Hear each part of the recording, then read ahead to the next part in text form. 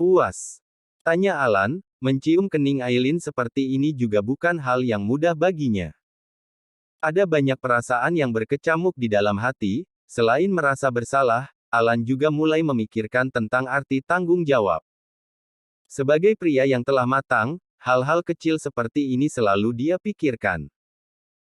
Pada akhirnya dia dan Aileen akan berpisah, jadi sentuhan fisik seperti ini sungguh tidak perlu mereka lakukan, karena yang akan rugi hanyalah Aileen sendiri. Tapi sayangnya pemikiran seperti itu tidak sampai ke dalam benak Aileen, hingga gadis ini terus merengek untuk minta dicium. Dan ditanya seperti itu Aileen tak bisa langsung menjawab, sebab kini jantungnya sudah berdegup tidak karuan. Wajahnya terasa begitu panas dan Alan bisa melihat dengan jelas kedua pipinya yang bersambung merah. Ciuman dengan menggunakan lidah. Astaga, aku hanya mencium kening dan darahnya sudah mendidih. Batin Alan. Bapak menciumku. Bisa-bisanya Bapak menciumku. Jika Dedi tahu, Bapak akan langsung ditembak. Kesal Aileen.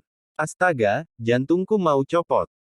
Batinnya lagi, secepat yang Aileen bisa dia langsung membuka pintu dan keluar dari mobil tersebut. Dan lagi-lagi menutup pintunya dengan kuat. Brak. Astaga, desis Alan, dia benar-benar butuh waktu untuk membiasakan diri dengan gadis barbar itu. Tidak, bukan hanya dia saja yang harus membiasakan diri, tapi mobilnya juga. Dengan kekuatan yang dimiliki oleh Aileen, bisa saja suatu saat nanti pintu mobil itu akan copot. Alan membuang nafasnya dengan kasar, kedua matanya masih menatap ke arah Aileen di luar sana, gadis yang berlari menuju pintu utama rumah ini. Saat Aileen masuk terlihat jelas pula jika gadis itu menutup pintunya dengan kuat. Alan hanya mampu geleng-geleng kepala sendiri. Beberapa saat lalu Aileen selalu merengek untuk minta dia cium dan setelah dikabulkan sekarang gadis itu mengancam atas nama sang Dedi akan menembaknya. Gadis itu benar-benar berbahaya, gumam Alan, sebelum dia pergi dari sana. Alan lebih dulu mengirim pesan pada Aileen, dia tidak ingin disalahkan atas kecupan tersebut. Lain kali jangan minta yang aneh-aneh, jadi tidak kesal sendiri saat aku mengabulkannya. Tulis Alan, langsung dia kirim pesan tersebut. Tidak puas hanya mengirim satu pesan itu akhirnya Alan kembali mengirim pesan yang kedua. Selesai foto bersama teman-temanmu, hubungi aku yang akan jemput untuk datang ke kantor. Tulis Alan dan langsung dia kirim. Mencoba untuk bersikap layaknya kekasih yang sesungguhnya, karena dia tidak ingin Aileen selalu berpikir bahwa dia hanya sedang memanfaatkan wanita itu saja. Mereka berdua harus sama-sama mendapatkan manfaat dari hubungan ini. Puas dengan dua pesan yang sudah dikirim, akhirnya Alan pergi meninggalkan rumah ini. Malam harinya seluruh keluarga Carter berkumpul di meja makan untuk merayakan keberhasilan Aileen, tahun ini gadis cantik tersebut akan wisuda. Jadwalnya 2 minggu setelah pendaftaran wisuda. Mommy Aresa, Kak Naina dan Kiara semangat sekali ingin segera membeli baju kembaran untuk menghadiri acara wisuda.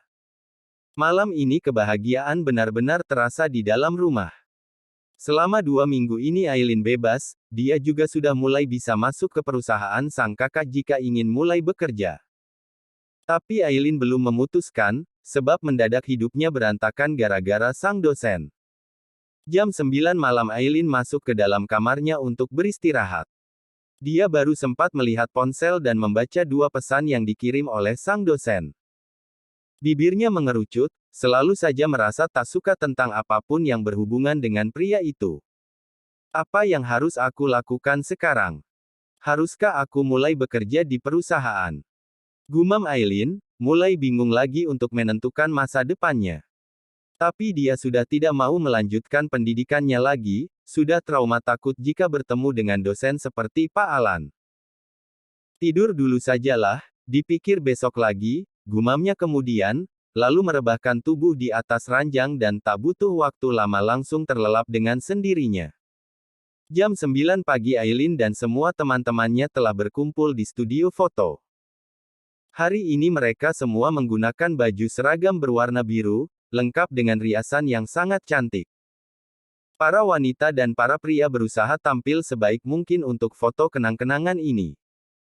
Dan yang paling mencengangkan adalah penampilan William, hari ini dia benar-benar terlihat berbeda. Bukan lagi si culun yang selalu jadi bahan ledekan, tapi sudah terlihat seperti seorang tuan muda dengan tubuhnya yang gagah. Wah, apakah kamu benar-benar William?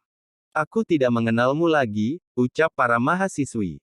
Aileen, Nora dan Sheila juga sama tercengangnya. Dia tampan sekali, kenapa tidak sejak dulu berpenampilan seperti itu? Ucap Sheila. Ayo kita nanti foto di dekat William, ajak Nora pula dengan penuh semangat. Namun saat sesi foto dimulai ternyata mendekati Aileen.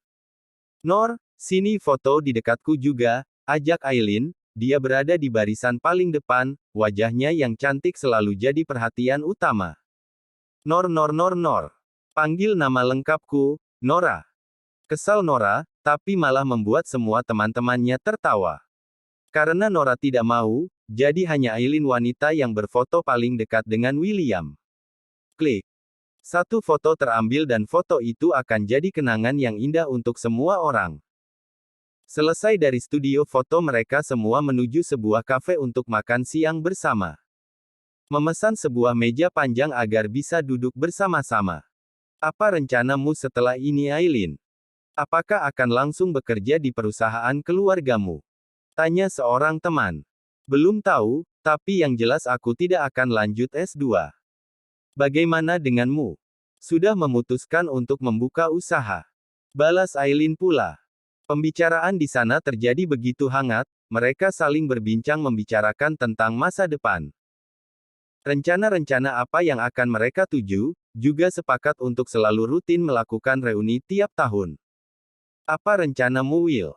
Tanya Aileen pada William, sepertinya di antara semua orang tinggal William yang belum menyampaikan apa rencananya. Aku mendapatkan undangan untuk bekerja di perusahaan Pak Alan dan aku menerima tawaran itu, balas William. Oh keren, aku juga mau, sayangnya aku tidak diundang, sahut yang lain. Bukankah itu mobil Pak Alan? Tanya Nora tiba-tiba, dia juga menunjuk ke arah luar sana. Saat itu bertepatan dengan ponsel Aileen yang bergetar. Karena terkejut Aileen langsung membuka ponselnya. Tidak. Jangan bilang ini pesan dari Pak Alan. Batin Aileen yang mendadak cemas, sumpah dia tidak ingin hubungan anehnya dengan sang dosen sampai diketahui oleh orang lain, apalagi teman-temannya. Nora pasti akan menggoreng berita palsu, menyebar gosip bahwa dia wisuda gara-gara menggoda pria itu. Tapi sialnya ternyata pesan ini benar-benar dari si Alan. Aku datang untuk menjemputmu, keluarlah. Astaga, sialaan. Kesal Aileen, tapi tentu saja dia hanya mampu membatin tentang kekesalannya tersebut karena tidak mungkin menunjukkan semuanya di hadapan teman-teman. Aileen merasa geram sekali saat dia membaca pesan ini, padahal Aileen sudah katakan bahwa dia tidak ingin hubungan mereka diketahui oleh orang lain, tapi tanpa konfirmasi tiba-tiba pria itu sudah memarkirkan mobilnya di depan kafe. Dengan gerakan yang sangat cepat Aileen pun membalas pesan tersebut. Jangan keluar. Tetap berada di dalam mobil. Aku tidak ingin teman-temanku tahu tentang hubungan kita. Secepat yang Aileen bisa dia langsung mengirim pesan ini dan Alan langsung membalasnya. Kalau begitu cepat keluar, jika tidak aku yang masuk. Sialan. Umpat Aileen setelah membaca pesan tersebut. Iya benar, itu memang mobil Pak Alan. Tapi kacanya gelap, kita tidak tahu dia di dalam mobil atau berkunjung ke kafe di sekitar sini, ucap yang lain. Di daerah ini memang banyak kafe yang berderet, mereka tinggal pilih untuk berkunjung kemana. Bagaimana jika setelah ini kita pergi ke tempat karaoke dulu? Ajak salah satu teman pria. Mau-mau, setelah wisuda kita pasti akan jarang bertemu kan. Jadi sekarang harus dipuas-puaskan, balas yang lainnya lagi. Tapi Aileen sudah tidak mendengar pembicaraan itu, kini tangannya sibuk membalas pesan sementara pikirannya hanya tertuju pada sang dosen sialan. Pikirannya telah benar-benar terbagi, dia sudah tidak bisa fokus pada teman-temannya lagi. Jangan menunggu di depan situ, tunggu agak jauh, nanti aku susul. Balas Aileen. Baiklah, jangan terlalu lama. Jawab Alan. Sepertinya aku harus segera pergi, ucap Aileen kemudian, jantungnya sudah berdegup karena takut ketahuan. Saat dia bicara seperti itu, mobil Alan di luar sana pun berjalan mundur untuk keluar dari area parkiran.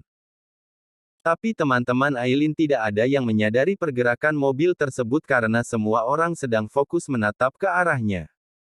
Baru saja mereka semua sepakat untuk pergi ke tempat karaoke tapi secara mendadak Aileen malah ingin pergi. Kenapa buru-buru? Katanya mau karaoke.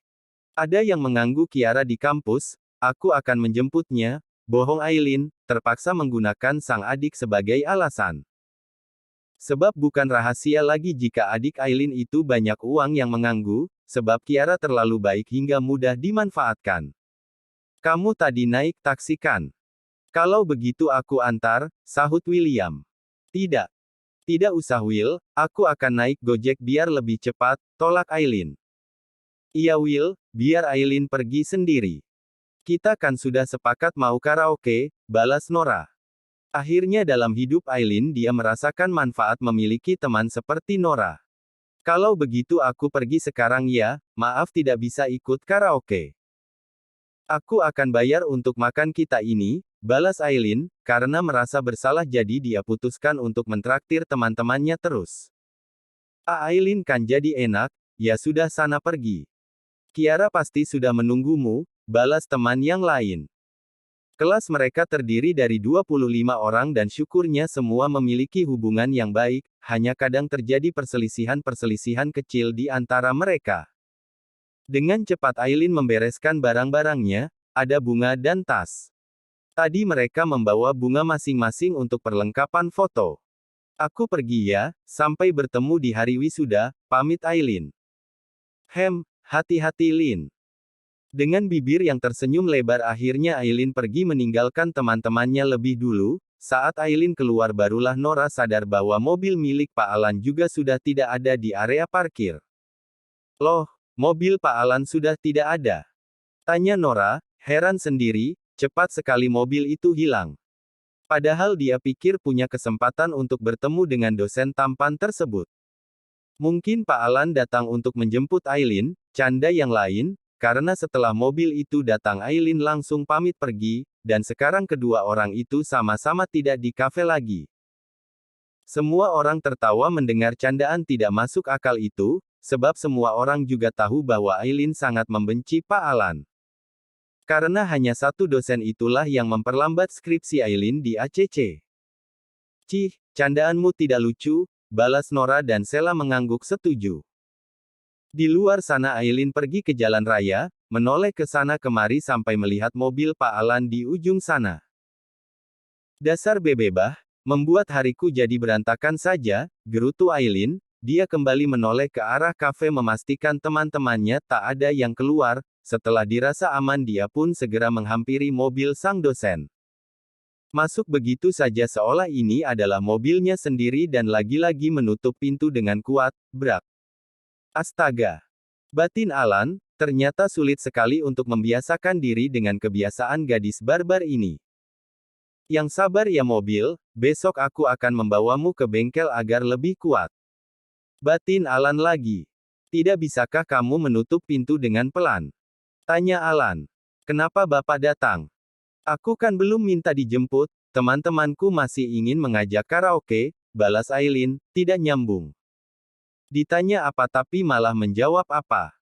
Aileen, katamu selesai jam 2, coba lihat sekarang jam berapa. Balas Alan. Aileen melirik jam yang ada di dalam mobil tersebut, ternyata waktu sudah menunjukkan jam 2 lewat 10 menit. Jadwal kan bisa berubah, seharusnya sebelum aku minta dijemput Pak Alan tidak perlu datang ke sini. Bagaimana jika teman-temanku tahu? Kesal Aileen, masih kesal saja. Apa masalahnya jika mereka tahu? Kita memang sedang menjalin hubungan. Apa yang perlu dibanggakan dengan hubungan ini, toh nanti kita akan mengakhirinya, balas Aileen, selalu berhasil mengembalikan semua ucapan sang dosen. Alan sampai harus berpikir untuk bisa mengimbangi sang anak didik, begitu sulit untuk menangani Aileen. Lalu kenapa tidak memberi kabar jika jadwalmu berubah? Sejak semalam kamu tidak membalas pesanku, balas Alan. Dan akhirnya mampu membuat Aileen terdiam. Gadis ini benar-benar bingung hubungan seperti apa yang dia miliki dengan sang dosen. Sudah jelas-jelas Pak Alan tidak menyukainya, tapi pria ini berlagak mereka benar-benar sepasang kekasih. Tapi nanti Pak Alan pun akan melepaskannya jika sang ibu meminta. Astaga, Aileen benar-benar bingung. Hidupnya serasa jadi permainan sang dosen, dia terikat dengan hubungan yang tidak jelas. Aileen membuang nafasnya dengan kasar. Mari memiliki hubungan yang baik Aileen, ya. Pinta Alan. Kita putus saja dan aku akan bantu Pak Alan agar tidak dijodohkan lagi. Tidak mau, balas Alan dengan cepat, jika keluargaku tahu hubungan kita palsu, mereka akan menikahkanku hari itu juga. Jadi, ayo tetap pacaran dan menjalin hubungan baik, timpal Alan lagi. Aileen sampai harus menarik dan membuang nafasnya perlahan agar tenang, menghadapi Pak Alan dia benar-benar tak bisa gegabah. Percuma minta putus baik-baik karena pria itu tidak akan mengabulkannya, jadi Aileen kembali ke rencana awal. Terus memancing amarah pria ini, tapi Aileen harus lakukan dengan lebih hati-hati. Jangan sampai jadi kesal sendiri. Ya sudahlah terserah Bapak, ucap Aileen kemudian, mencoba pasrah dengan takdirnya yang menyebalkan. Tapi kabulkan satu permintaanku dulu, pinta Aileen kemudian.